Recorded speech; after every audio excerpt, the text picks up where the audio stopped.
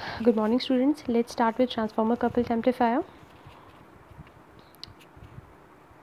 This is the circuit diagram of transformer coupled amplifier circuit. In this transformer coupled amplifier circuit, here we are seeing that we use two transformers in the circuit, which are used to amplify our signal. Means जो हमारे first stage का output होता है transformer का, उसे हम next stage के transformer के इनपुट के बेस के थ्रू इनपुट करवाते हैं.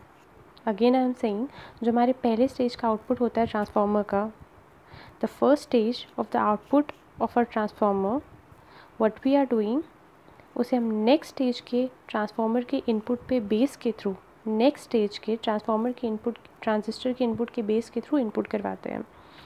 ठीक है, जिसके हम नेक्स्ट स्टेज से फिर हम आउटपुट लेते हैं, हमारा एम्पलीफाइड सिग्नल प्रोड्यूस होता है आउटपुट पे. In this we are using two transformers, that is why it is called as transformer coupled amplifier circuit. If we saw this construction of the circuit diagram, इसमें जो हम VCC apply करते हैं, ये हमारे इसमें जो हम VCC अप्लाई करते हैं, जो हमारे ट्रांसफार्मर को कपल करता है नेक्स्ट स्टेज में. जो हमारा VCC है वो हमारे ट्रांसफार्मर की ओर जा रहा है, जो उस ट्रांसफार्मर की ओर जा रहा है जो ट्रांसफार्मर हमारे जो कपल करता है to the next stage of the transistor के साथ. ठीक है, इसमें हम देख रहे हैं कि इसमें हमने CC नहीं यूज़ किया हुआ है. जो RC था उसमें हमने CC, that is coupling capacitor को यूज़ किया होता है, जो हमारे यूज़ होता है जो हमारा कपल करता है फर्स्ट स्टेज के आउटपुट को कपल करता था तो next stage of the input के साथ. ठीक है, बट इसमें आप देख रहे हो, इसमें हमने CC कपलिंग कैपेसिटर को यूज़ नहीं किया हुआ, इसमें हमने कपलिंग ट्रांसफार्मर को यूज़ किया है. मतलब जिसमें कपलिंग हो रही है वो ट्रांसफार्मर के थ्रू कपलिंग हो रही है. ठीक है, और यही ट्रांसफार्मर जो हमें कपल कर रहा है किसको, next stage of the input of to the base of the next transistor जा रहा है. ठीक है, सो R1 एंड R2 जो इसमें हमने यूज़ किया हुआ, that is use for biasing, जो वोल्टेज को बायस करने के लिए काम आता है. जो RE है, दैट इज़ और एमिटर रेजिस्टेंस, उसे हम स्टेबिलिटी के लिए यहाँ पे यूज़ करते हैं. ठीक है, जो हमने Cin यहाँ पे यूज़ किया हुआ है, दैट इज़ इनपुट कैपेसिटर, वो हमने क्यों यूज़ किया हुआ है, इसको हमने इनपुट पे यूज़ किया हुआ है to allow AC signal to flow, ताकि वो AC सिग्नल को अलो करता है फ्लो करने के लिए. और जो हमने CE यूज़ किया, दैट इज़ एमिटर कैपेसिटेंस, उसको हमने पैरेलल यूज़ किया हुआ है विद RE के साथ, दैट इज़ एमिटर रेजिस्टेंस के साथ हमने यूज़ किया हुआ है to provide low pass reactance to the signals. It provide necessary biasing and provide stability to the circuit. ये बहुत necessary biasing provide करते हैं, और दोनों जो RE and CE हैं ये provide करते हैं stability to the circuit. In this we don't use CC. इसमें आप देख रहे हैं हमने कपलिंग कैपेसिटर को नहीं यूज़ किया हुआ है, because in this we use transformers. इसमें हम ट्रांसफार्मर्स को यूज़ करते हैं जो हमारे नेक्स्ट स्टेज के ट्रांसफार्मर को कपल करता है. जब फर्स्ट स्टेज की आउटपुट आती है, उसे हम नेक्स्ट स्टेज के ट्रांजिस्टर, जो हमारा TR2 है, जो हमारा नेक्स्ट स्टेज का ट्रांजिस्टर है, उसमें हम सेंड करते हैं उसके बेस के थ्रू. ठीक है, उसके बेस के थ्रू हम सेंड करते हैं टू द नेक्स्ट ट्रांसफार्मर, और जो हमारा वोल्टेज आउटपुट आता है, ठीक है, और नेक्स्ट ट्रांसफार्मर के थ्रू, जो हमारा नेक्स्ट ट्रांसफार्मर है उसके थ्रू हमारा आउटपुट आता है. यहाँ पे हम कोई भी स्पीकर, उसके आउटपुट के थ्रू हम कोई भी स्पीकर लगा सकते हैं जो हमारा एम्पलीफाइड सिग्नल प्रोड्यूस करता है. फर्स्ट ऑफ ऑल इसमें याद रखिए, इसमें हम कपलिंग कैपेसिटर CC नहीं यूज़ करते हैं. जो भी हमारी कपलिंग होती है वो हमारे ट्रांसफार्मर के थ्रू कपलिंग होती है. ट्रांसफार्मर के थ्रू हमारे फर्स्ट स्टेज का आउटपुट जाता है, जो हमारे नेक्स्ट स्टेज के ट्रांजिस्टर के बेस की तरफ जाता है, और जो हमें आउटपुट मिलता है वो हमारे सेकेंड स्टेज पर जो हमारा ट्रांसफार्मर यूज़ किया गया है वहाँ से हमारा आउटपुट मिलता है. और इसके आउटपुट पे हम कोई भी स्पीकर लगा सकते हैं जो हमारा एम्पलीफाइड सिग्नल प्रोड्यूस करता है. ठीक है, इसलिए हमने इसको ट्रांसफार्मर, यहाँ पे कपलिंग के लिए हमें ट्रांसफार्मर यूज़ किया गया, तभी इस सर्किट को हम ट्रांसफार्मर कपल एम्पलीफाइड सर्किट बोलते हैं. ठीक है, so the main reason for low voltage and power gain of RC coupled amplifier, जो मेन रीज़न था जिससे हमें low voltage and low power gain मिलता था RC कपल्ड एम्पलीफायर के साथ, उसका ये रीज़न था कि हमारा इफेक्टिव लोड जो है, is that the effective load of each stage, जो हमारा इफेक्टिव लोड था हर स्टेज पे वो हमारा डिक्रीज़ हो जाता था, कम हो जाता, ड्यू टू किसकी वजह से, low resistance presented by the input of each stage to the preceding stage. ठीक है, जो हमारा लो रेजिस्टेंस हमारे इनपुट पे मिलता था और आगे की स्टेजेस पे भी जो मिलता रहता था. If the effective load resistance of each stage could be increase, अगर हमने इफेक्टिव लोड रेजिस्टेंस को हमने हर एक स्टेज पे इंक्रीज़ कर दिया, जो हमारा voltage and power gain, obviously अगर इफेक्टिव लोड रेजिस्टेंस इंक्रीज़ हो जाएगा तो हमारा वोल्टेज एंड पावर गेन भी इंक्रीज़ हो जाएगा. इसको हमने किस रीज़न की वजह से कहाँ कैसे अचीव किया? बाय ट्रांसफार्मर कपलिंग के थ्रू हमने इसको अचीव किया। By the use of impedance charging properties of transistor the low resistance of stage, और इसको हम लोड भी कह सकते हैं, can be reflected as high load resistance to the previous stage. जो हमारी फर्स्ट आरसी में जो हमारी फर्स्ट स्टेज पे हमें लो रेजिस्टेंस मिलता था, और ट्रांसफार्मर में क्या हो गया, वही लो रेजिस्टेंस हमें उसमें हाई रेजिस्टेंस मिलने लग गया पहली वाली स्टेज से टू द प्रीवियस स्टेजेस में। इसलिए हमने ट्रांसफार्मर कपल्ड एम्पलीफायर को यूज़ किया हुआ है। Transformer coupling is generally employed when the load is small. Transformer couple को हम कब एम्प्लॉय करते हैं, कब यूज़ करते हैं? जब हमारा लोड कम होता है। It is mostly use for power amplification. कहाँ पे मोस्टली यूज़ होता है? हमारे पावर एम्पलीफिकेशन में यूज़ होता है। shows that two stages of transformer coupled amplifier. A coupling transformer is used to feed the output of one stage to the input of the next stage.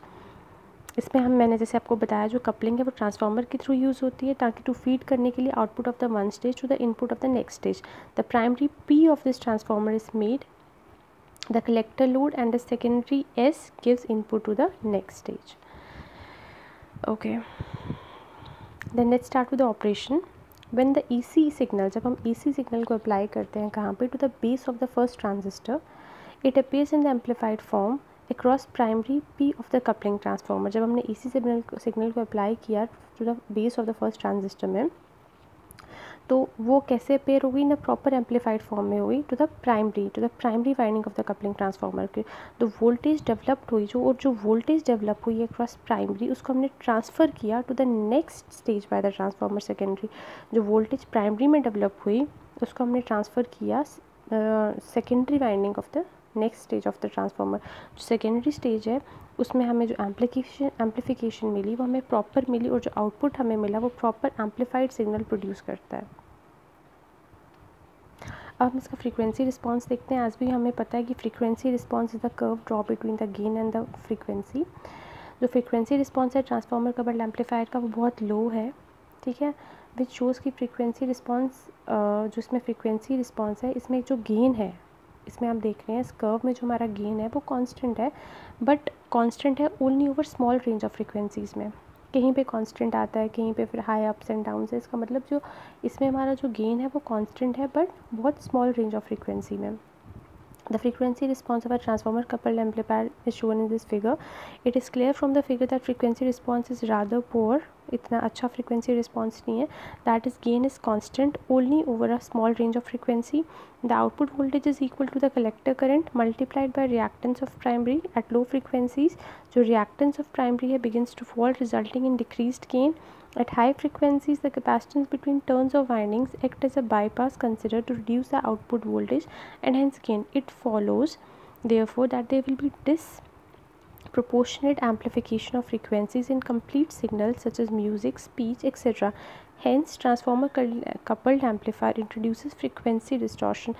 इसमें क्योंकि हमारा जो gain है constant नहीं है, ठीक है, बहुत स्मॉल कांस्टेंट मतलब रेंज ऑफ फ्रीक्वेंसी पे हमारा गेन जो हमारा कांस्टेंट शो होता है, जिसका रीज़न ये है कि जो हमारा डिसप्रोप्रिएट एम्पलीफिकेशन फ्रीक्वेंसीज आती हैं, और जिससे हमारा जो स्पीच जो भी हम म्यूज़िक सुनते हैं उसमें हमें काफ़ी डिस्टॉर्शंस मिलती हैं, ठीक है। इसका मतलब है कि जो ट्रांसफार्मर कपल्ड एम्पलीफायर की जो फ्रीक्वेंसी रिस्पॉन्स है वो पुअर है। It may be added here that in a properly designed transformer, it is possible to achieve a fairly constant gain over audio frequency range, but a transformer that attains a frequency response comparable to RC coupling may cost 10 to 20 times as much as an inexpensive RC coupled amplifier. इसका मतलब ये कि जो transformer couple जो अभी frequency response अपना achieve करता है as compare to RC coupling से, उसकी जो कॉस्ट है वो 10 से 20 टाइम ज़्यादा होगी और बहुत इनएक्सपेंसिव होगा as compare to RC coupled amplifier से। अब हम इसकी एडवांटेजेस एंड डिसएडवांटेजेस देखते हैं। इसके एडवांटेजेस ये हैं कि no signal power is lost, कोई भी सिग्नल पावर लॉस्ट नहीं होता इन कलेक्टर और बेस रजिस्टर्स में। And excellent impedance matching can be achieved in transformer, excellent impedance match हम अचीव कर सकते हैं इन ट्रांसफार्मर कपल्ड एम्पलीफायर में। It is easy to make the inductive reactance of primary equal to the output impedance of the transistor and inductive reactance of secondary. इसमें हम जो inductive reactance है primary और secondary की उसको हम बहुत इजी है वो जो हम it is easy to make, मतलब बहुत आसानी तरीके से हम क्या कर सकते हैं, बना सकते हैं inductive reactance of primary equal कर सकते हैं इंडक्टिव रिएक्टेंस प्राइमरी की इक्वल टू आउटपुट इम्पिडेंस के साथ ऑफ द ट्रांजिस्टर, और जो इंडक्टिव रिएक्टेंस जो सेकेंडरी की है उसको हम इक्वल कर सकते हैं to the input impedance of the next stage के साथ। Due to excellent impedance matching, जो ट्रांसफार्मर कपलिंग प्रोवाइड करता है higher gain. As a matter of fact, a single stage of properly designed transformer coupling can provide the gain of 2 stages of RC coupling. इसके disadvantages ये हैं, इसका power frequency response है, जो उसका जो गेन है क्योंकि वो बहुत कम टाइम के लिए कांस्टेंट रहता है, वैरी करता है फ्रीक्वेंसी के साथ बहुत। जो कपलिंग ट्रांसफार्मर्स हैं बहुत बल्की होते हैं एंड फेयरली एक्सपेंसिव होते हैं। ऑडियो फ्रीक्वेंसी हम इसमें ट्रांसफार्मर यूज़ करेंगे, ट्रांसफार्मर प्राइमरी सेकेंडरी वाइंडिंग्स दोनों होती हैं, तो ट्रांसफार्मर का वेट अगर हम उसको भी सर्किट में हम ट्रांसफार्मर यूज़ करते हैं तो थोड़ा सा सर्किट का वेट हैवी हो जाता है, बल्कि हो जाता है और थोड़ा एक्सपेंसिव हो जाता है उस सर्किट को, वो सर्किट के उसमें ट्रांसफार्मर्स यूज़ किए होते हैं। और जो फ्रीक्वेंसी डिस्टॉर्शन है वो काफ़ी हाई रहता है। Low frequency signals are less amplified as compare to high frequency signals. जो transformer coupling tends to reduce, और उसकी जो आउटपुट है उसमें काफ़ी हमिंग साउंड आती है, तो ये बहुत बड़ा डिसएडवांटेजेस है। अगर हम इसकी एप्लीकेशंस देखें, जो ट्रांसफार्मर कपलिंग है उसको बहुत ही एम्प्लॉय करते हैं हम इम्पिडेंस मैचिंग पे, जहाँ पे हमने इम्पिडेंस मैच करवाना होता है। In general the last stage of multi stage amplifier is a power stage. जो लास्ट स्टेज होती है मल्टी स्टेज एम्पलीफायर की वो पावर स्टेज होती है। Here a concentrate effort is made to transfer maximum power to the output device. मतलब हमें बहुत एफर्ट करना पड़ता है ताकि हम मैक्सिमम पावर को ट्रांसफ़र कर सकें आउटपुट में। जैसे लाउड स्पीकर का आउटपुट, उसका हमें एक मैक्सिमम पावर चाहिए लाउड स्पीकर की आवाज़ में, तो ये हमारा बहुत एफर्ट रहता है कि हम ट्रांसफ़र कर सकें मैक्सिमम पावर। सो एग्जांपल है loud speaker, for maximum power transfer the impedance जो है पावर सोर्स का वो इक्वल होना चाहिए टू द लोड के बराबर। Usually the impedance of an output device is a few ohms where the output impedance of a transistor is several 100 times this value. In order to match the impedance a step down transformer of proper turn ratio, उसको हम step down transformer हम use करते हैं, वो proper turn ratio को हम use किया जाता है वहाँ पे। द इम्पिडेंस ऑफ जो सेकेंडरी ट्रांसफार्मर की जो इम्पिडेंस है उसको इक्वल किया जाता है to the load impedance and primary impedance equal to the output impedance of the transistor, जैसे कि मैंने पहले बताया। So this figure illustrates the impedance matching by step down transformer. The output device that is speaker जिसको हम connect करते हैं to the secondary, उसकी रेजिस्टेंस स्मॉल होती है, और जो हमारा लोड RL होता है जो प्राइमरी के साइड आता है वो किसके बराबर हो जाता है, NP by NS, number of turns of primary divided by number of turns of secondary, उसका whole square into RL, that is load resistance। Okay, thank you so much students. तो इस प्रेजेंटेशन से आपको आपकी एप्लीकेशंस, आपको advantages, transformer amplified circuit के disadvantages, आपका frequency response, आपका ऑपरेशन, आपका सर्किट एनालिसिस, सब कुछ आपको इस प्रेजेंटेशन से मिल जाएगा। So go through this presentations and try to make notes by your own, because मैंने सारा रिटन मटेरियल, सर्किट डायग्राम्स, सब कुछ इसमें each and everything with explanation इसमें मेंशन किया हुआ है। So I hope you guys understand this circuit properly. If any doubts or questions arise, kindly text me on my WhatsApp number. Thank you so much, students.